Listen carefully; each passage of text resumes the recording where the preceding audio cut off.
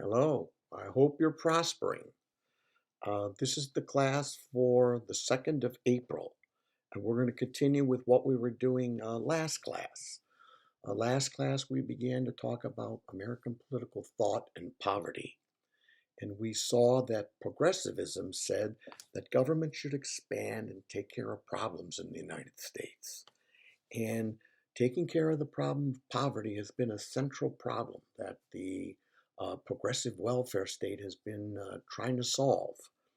Franklin Roosevelt was the person, the progressive, who began to institutionalize these ideas of progressivism that government should attack these problems.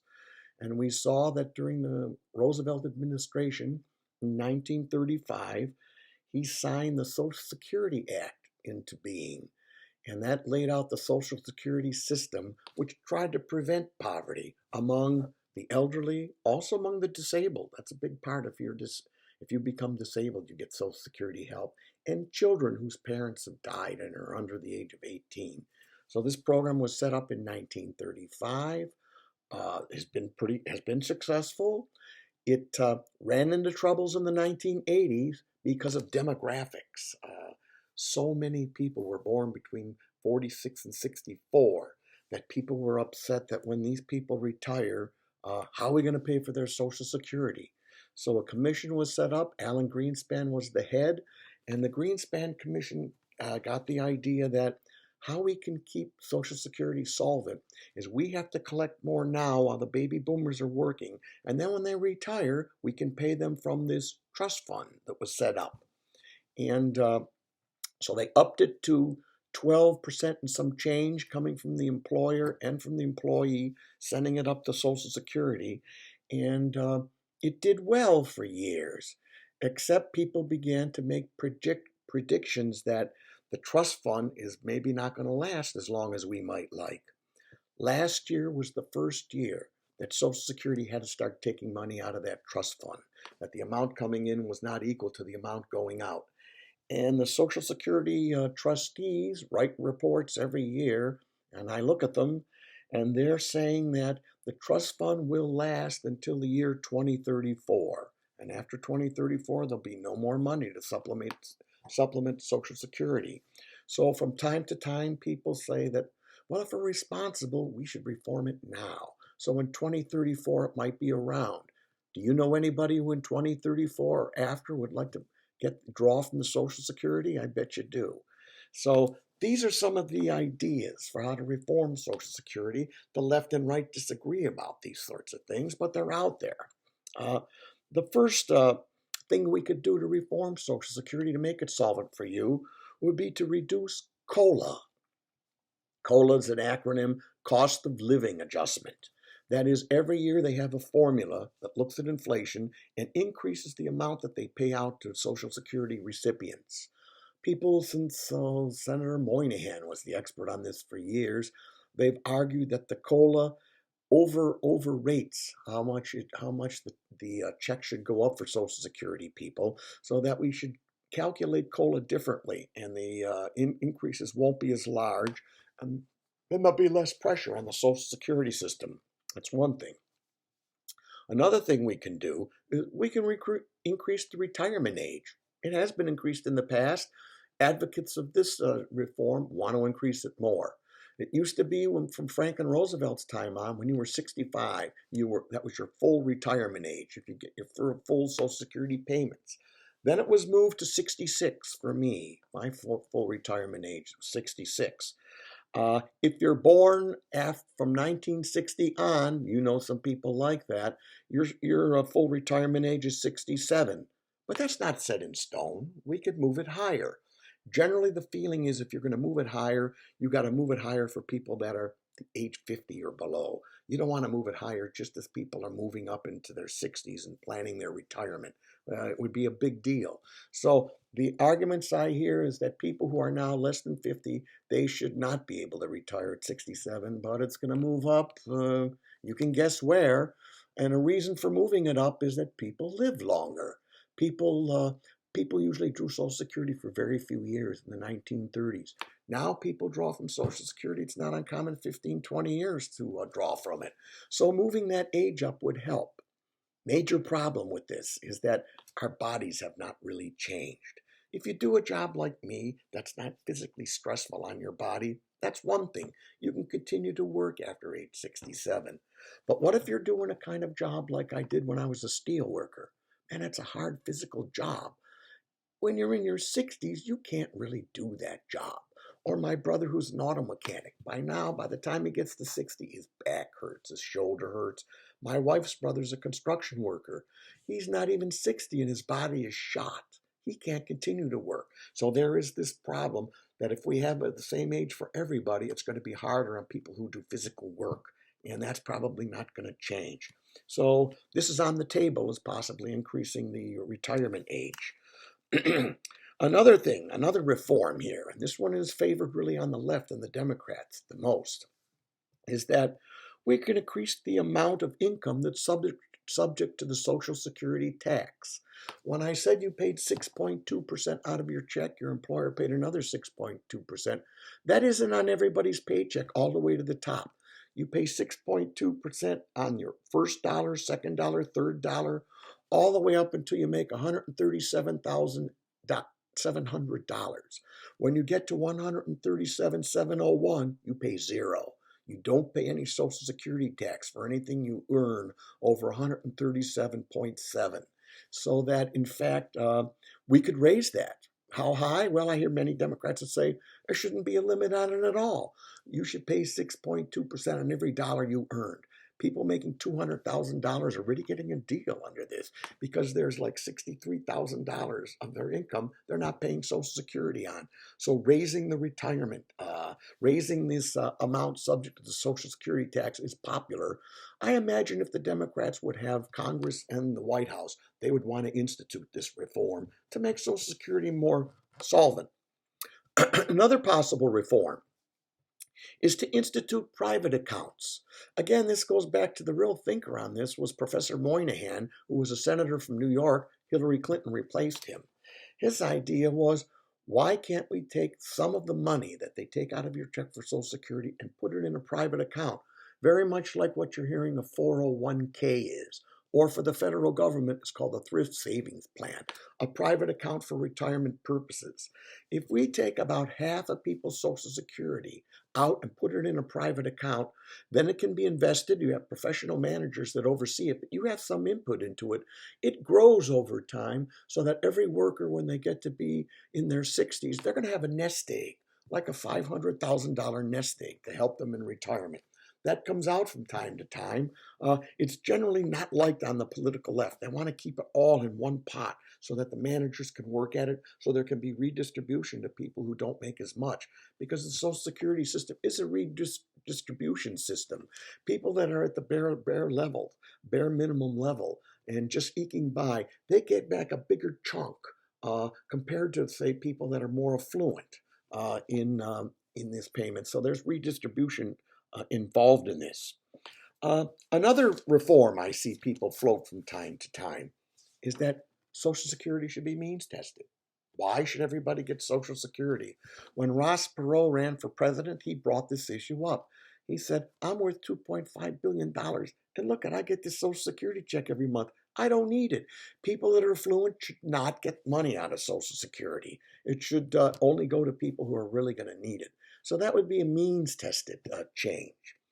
The argument against this is if you mean test Social Security, it becomes a welfare program. And when it becomes a welfare program, it's not going to be nearly as popular as it is now. That's the major argument against doing that. Now, the Social Security system was meant to prevent more poverty in the United States by the progressive Roosevelt administration. They had another major program aiming to end poverty or to alleviate poverty once it's here. It was called Aid to Families with Dependent Children, AFDC for short. Very popular. This was a welfare program that gave payments to families in which single family headed households which couldn't afford to raise their children, and it paid them a monthly payment. And I know it was important to my family because, well, my grandmother participated in this program. She had to. She and my grandfather were married in Italy, and they moved to the United States in 1914, moved to the place where the streets are paved with gold. And they had 5 children. And I know this date important to me, is March 1933. My grandfather died, leaving my grandmother with her 5 children. My mother was the youngest. She was 10 years old. And what are you going to do to raise your children? There's no welfare program then. Franklin Roosevelt in March of 1933 would be inaugurated for the first time for his first term, and he's going to sign into law this AFDC program, which is supposed to help single mothers trying to raise their children, or fathers, but in most cases it was single mothers, and give them payments, which Roosevelt called it the dole. Everybody else, this is the general term we mean by welfare, and it was very important to my grandmother. Without this program, she would have had a real hard time raising her children. And I think after Franklin Roosevelt helped out poor people like her, she would have walked over hot coals for him. She was such a supporter of President Roosevelt. Now, AFDC wasn't that big a program in the 1930s. Most families were two-parent families. They could afford to raise their children even over the difficult circumstances of the Depression. But what happened is, as the 30s went to the 40s, 50s, and 60s, there were more and more families in which there was a single person, often a mother and her children, no father around. Why did that happen? Well, Americans changed their mating behavior. In the 1930s, I believe the number of children born to a woman who wasn't married was 5%. By the time you get up into the 1960s, it's moving forward and getting larger. As a matter of fact, Senator Moynihan wrote a report in 1965, the Moynihan Report, when he had left Harvard and he was working at the Department of Labor as a bureaucrat. And he had noticed that the illegitimacy rate among African Americans was moving higher and higher. By 1965, it hit 40%. And this is when the economy was booming. And he said, this is a big problem, that the black family's coming apart. He was really excoriated and criticized for doing that. He was upset that the rate out of birth for African American children was at 40%. Now, 50 years later, it's over 70%. And the overall illegitimacy rate in the United States is 40%. So we had this move up of single parent families in the 1960s. So AFDC went up. Plus, this is the period when marriage kind of came apart and divorce became easy. So you have more and more families raising children with one parent. AFDC became very large in the United States, and it began to be a subject of criticism coming from the political right and the Republicans, that there's no end to this growth of welfare in the welfare state, and we should do something about it. This would probably be the time to talk about the political thought on the political right that was critical of progressivism, critical of this growing welfare state, becoming larger and larger in Washington. What kind of criticisms did we get from the political right? Well, we got libertarians and we got conservatives on the political right, and they have a different twist to how they criticize this change in American politics. Coming from the libertarians, Cato Institute, general libertarian orientation. Their view is that the state and the government has no right to take money from successful people who have legally earned it and give it to poor people. That's called stealing.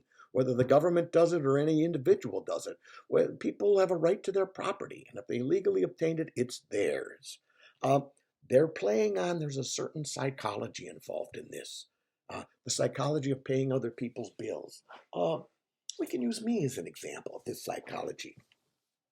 If I go out to a restaurant and I go with my wife and my 2 kids, right? I pick up the bill. My kids don't pick up the bill. Well, really, my wife and I pick up the bill, but I'm the treasurer. And actually, she's put more money into that, but that's another issue. My advice from that is just marry up. So I pick up the bill when I'm with my family. When I go with friends, I pick up the bill too, especially if my friends are financially not as well off as me and can't afford it. If I go out to a restaurant and eat with friends who are wealthy, my friend George is a multimillionaire, I let him pick up the bill, and George doesn't mind picking up the bill. That's the kind of psychology involved in paying other people's bills. Now, what if I go to, say, one of my favorite restaurants is Philomena in Georgetown. Ever go there? I recommend it.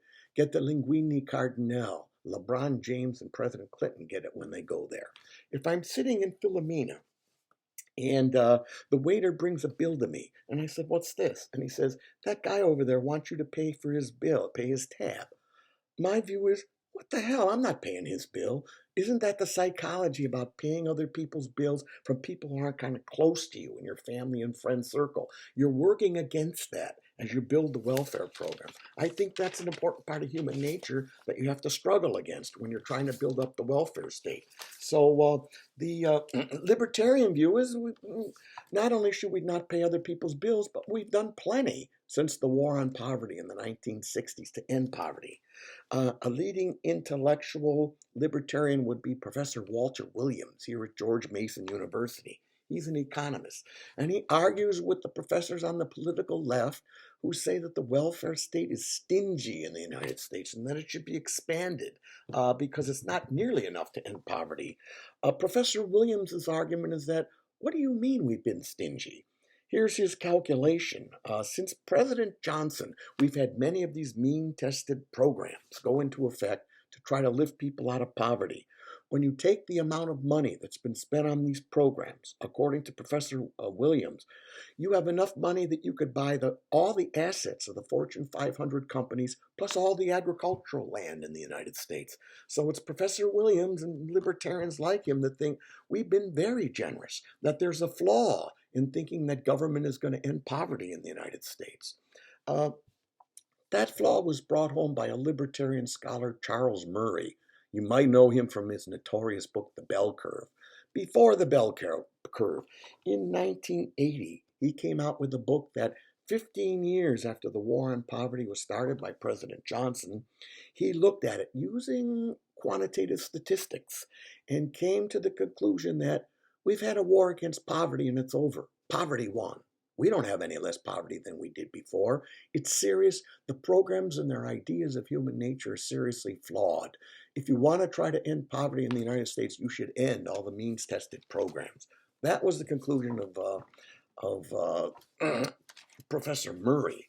Another professor, Milton Friedman, one of the leading libertarians at the time, he's not with us anymore, but he always pushed that putting a big bureaucracy like Health and Human Services and HUD and trying to end poverty that way, it doesn't work very well and it's very wasteful. His view is that the bureaucracies in Washington that are supposed to fight poverty, more money is paid to the salaries and to run those bureaucracies than are paid out to benefits to people. Do away with all that is Professor Friedman's idea. We ought to have a negative income tax. That is, you can help people out that live below poverty by giving them paychecks through the IRS system. No extra bureaucracy. The IRS and their computers are already there. Both of the parties have taken some of Professor Friedman's criticism seriously in adding the earned income tax credit. You can look at that in the IRS. What it basically is people that are working but not making a whole lot of money, there's a formula whereby you can get back a refund from the IRS that's more than the money that you put in to kind of up your income.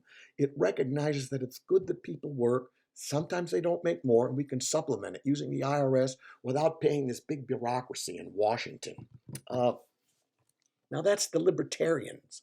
Conservatives also have their criticism of the welfare state and its growth in the last 80 years. Generally, conservatives think that when you pay people's bills like you do in welfare, it stifles initiative on the part of the poor who would work hard to improve their lives, but they don't have to when someone else is picking up their bills. Now, it's conservatives that will quote Franklin Roosevelt, who was the father of the welfare state here in the United States. They quote Mr. Roosevelt when he said that welfare, or what he called the dole, is a narcotic. Roosevelt said that because his programs were going into effect like AFDC. Then the economy came back and people don't want to get off the rolls. And he said it's kind of a narcotic. It stifles people's this initiative that they should work when someone pays their bill. It has a corrupting influence. Conservatives bring that up. And conservatives think that you should bring up this question of moral hazard. When people do things, and the probably things they shouldn't do, and there are negative effects, and you don't let them feel the negative effects, they'll continue to do negative things. So moral hazard in this idea is applied to the welfare system by saying that, in fact, when people don't work at getting marketable skills, don't work hard at a job, think it's fun to just have drugs and sex is just a recreation and to hell with the children that come there. It's not important. If you subsidize people like that, you're going to get more of them. The moral hazard says that if you subsidize something, you get more of it. And we've been subsidizing people not to work hard and not to work to improve their lot in life. And in fact, you should expect more people like that. That's the argument from criticism of the welfare state from the political right. Now, okay, you can say if you're on the political left, you're right wingers. What do you think? Why is there poverty? People on the right will argue that there'll always be poverty. It's the nature of people. They're not really equal. Some people got a lot on the ball. They work hard, they're smart, they do well, and other people aren't. So there are always some people that are going to not do as well as other people. And it's not built into America that it's an evil place or capitalism. That's just what human nature is like. And then the right generally believes when you try to use government to mandate egalitarianism, it doesn't work and it's horrible. It gives government so much power over people's lives. They'll use the example of, well, this is what Mao Zedong thought and Lenin, that they could mandate egalitarianism using political power. And they did not produce a heaven on earth, they produced a hell on earth. That is the idea coming from the political right. Now, right also argue that, in fact, the poor are not poor because of flaws in capitalism or the U.S. society, but because they have poor values and lack of diligence. And they lack what are often called bourgeois values. Bourgeois values, I associate them with Benjamin Franklin. They have to really work hard, nose to the grindstone, get up early. The early bird gets the worm. And don't consume all that you make so that you can invest it and do better in life. Those are the kind of bourgeois values that traditionally Americans have cherished, and the welfare state has been eating away, and the left has been eating away at those. The right will bring up a scholar that worked on poverty, a conservative in the 1960s. His name is Banfield. He wrote a book, The Unheavenly City. You can look it up. At the time, Lyndon Johnson was launching the Great Society, and we were going to attack a war on poverty. We were going to attack poverty. It was Banfield that had said, well, it's not going to work. And people were like, well, why won't it work? Banfield had been spending his life studying poor people in the United States. And his argument is that the welfare state and its proponents think the difference between poor people and the middle class people is money. If you just send money or things that what money would buy, like housing and food stamps to people, if you do that, the people in poverty will be just like the middle class people. That's the argument of the welfare state. It was Banfield that said, I've been spending my life looking at this. That's wrong. The major difference between people that live in poverty in the United States and the middle class is that the middle class is able to defer gratification, is the term. That is, it seems like we have a tendency to want pleasure right now and consume things now. The middle class is able to only consume a part of that and kind of put up with some suffering now to do better in the future. And that poor people in America are not very good at deferring gratification. So that setting up this welfare program is not going to help with this problem. Left liberals hear the conservatives say that, and they have their own criticisms. For instance, a left criticism of the conservative view is that it blames the victim. That is, capitalism and racism and sexism victimizes people in America. That's why they're poor. And in fact, that conservative view says it's their fault for this. They're the victims. It's not their fault. William Ryan wrote years ago a famous book, Blaming the Victim. I had that book, loaned it to a student. They had it in their car. Their car was stolen. They got their car back, but I didn't get my book back. There's one intellectually curious car thief out there, is the conclusion that I came to. Another criticism the left makes of the right's view of poverty is that it's mean-spirited. Conservatives don't give a fuck about these poor people in the United States. They just don't care. They're really mean-spirited. It was the Bushes that tried to meet that objection they used to call themselves compassionate conservatives. We aren't those mean-spirited guys. We're really compassionate, and we're trying our best to alleviate these problems of poverty here in the United States. Another criticism coming from the left. that the right seeks to deny equal opportunity to all. Everybody doesn't have the same chance in the United States. A big difference is what family into which you're born. Where do they plug in? Remember, I had talked about the Economic Mobility Project? Your chances, if you're born in the lower quintile in the United States, your chances that you'll be in the top quintile, 6%. Those are not good odds because you're limited by the family that you're born into. Another book on our reading list by Richard Reeves is called Dream Hoarders. That is about social class and where you end up in life, into what social class you're born. And his idea is the upper middle class, this overclass of university credentialed managers and professionals. They have all the wherewithal, they have the education, they have incomes, and they, they use all their time and attention and resources for their children, to develop their children. So they get into this upper middle class. So they really hoard these coveted positions in society. And people born below them don't really have a chance in moving on up in life. That was their idea. So I have this criticism of the welfare state, and you get in the 60s and 70s, and it becomes public. And then when you get Bill Clinton as president, remember he was a foreign liberal, and he runs in 1992, and part of what he ran on is to end welfare as we know it. That is, he's tapping into this discontent of this growing welfare state. And in fact, he said that we should empower people with education, job training, healthcare, and daycare. He ran on that. He won. You still have a Democratic Congress, but then in 1994, the election, Newt Gingrich and the Republicans came to power in Congress, and here they can cut a deal now on what to do.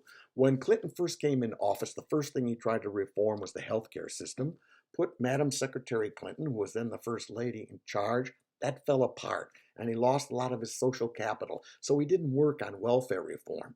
Then later, he worked on welfare reform. And in fact, it was Clinton and the Gingrichian Republicans who came together to do away with the AFDC system, and they set up TANF, temporary assistance to needy families, built upon these ideas of reform liberalism and the conservative view of poverty in the United States. It did away with AFDC, and here's what TANF did.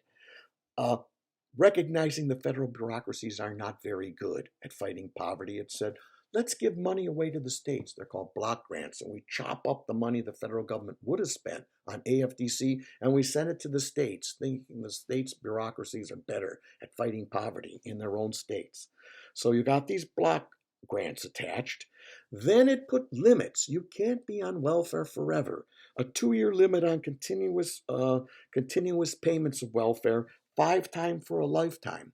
Meanwhile, while you're on welfare, you have to fulfill work requirements or preparation to work. So you have to be in job training or begin to work at least part-time, looking to the day that you'll be self-sufficient. After TANF was put into effect, I believe the welfare rolls were cut by 53%. And now there's a continuous argument where the left thinks it's stingy and we got to increase the benefits, and the right is afraid of you'll have this runaway kind of a welfare system that'll come here. What you should do is go to Blackboard. I'll set up a discussion on this, and put your comments on here. This is an important topic. And I'll send you another video next week. Thank you.